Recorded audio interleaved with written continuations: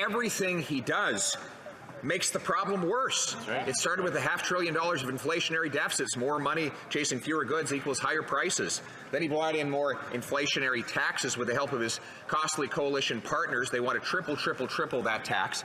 And now his deficits are driving up interest rates faster than at any time in 30 years. There's really one thing for him to do. Stop.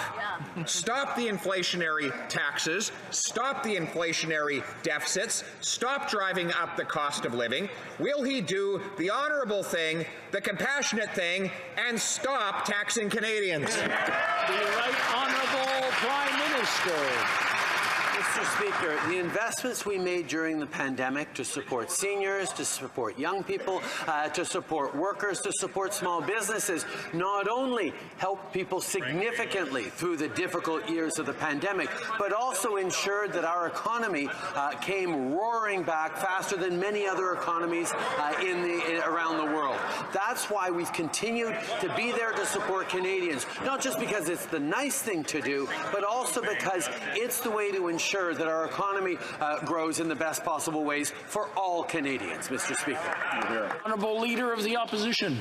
He claimed he had to add that $500 billion of debt because of COVID, but according to his own parliamentary budget officer, 40% of the new debt he added in the last 2 years alone had nothing whatsoever to do with COVID. This Prime Minister has added more debt than all previous Prime Ministers combined, saying that low interest rates would make it a costless proposition. Well, now we learn from Desjardins Banking that Canadians will spend more on debt interest on the federal debt next year, $50 billion, than we typically spend on health care transfers to the provinces. Wow. Why is he getting the money to bankers and bondholders instead of doctors and nurses? The Right Honourable Prime Minister.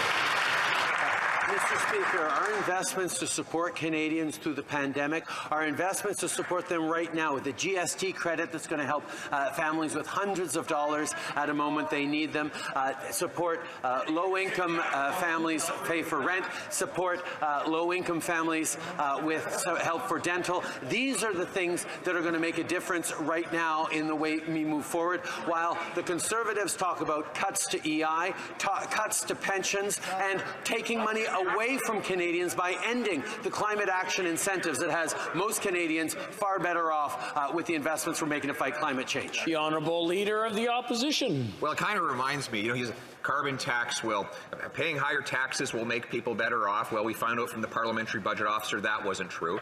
And then he said that he would take on all the debt so that Canadians wouldn't have to. Remember that? Well, not only are they stuck with a higher national debt with more interest payments, but now their personal debts are going up. According to Equifax, the average Canadian household has more credit card debt than at any time in Canadian history, and the Prime Minister's inflationary policies are driving up interest rates on those costs. So if he really took on all that debt so that Canadians wouldn't have to, who's going to pay those Canadians' credit card bills? The Right Honourable Prime Minister.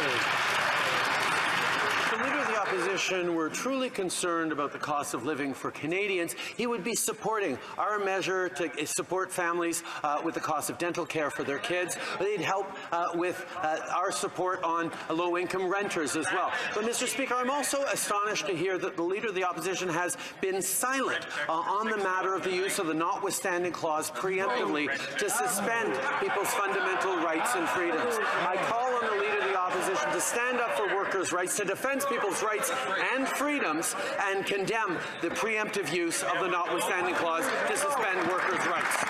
The Honourable Leader of the Opposition.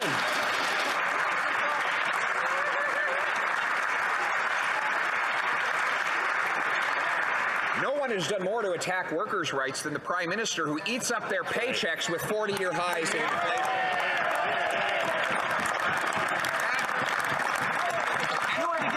To $54 million for the Arrive scam app, an app we didn't need, that didn't work, that sent 10,000 people wrongly into quarantine, and that could have been designed for $250,000 in a weekend, but took $54 million instead. Some of the companies the Prime Minister said got the money said they never received it. It's time for the truth. Will the Prime Minister support our motion to call in the auditors? The Right Honourable Prime Minister. Mr. Speaker, I know we're all astonished to hear the Leader of the Opposition miss an opportunity to stand up for the rights and freedoms of workers. that is something that we expect him to continue to do alongside all of us in the House in condemning the preemptive use of the notwithstanding clause. But on top of that, he's also talking about cuts to EI. When he criticizes us for being there and ensuring that EI and CPP is there for workers into the future, he calls that tax increases. We're going to be there to support people paying EI. We're going to be there to support people with their pensions. We're going to be there for dental and rental. He is not.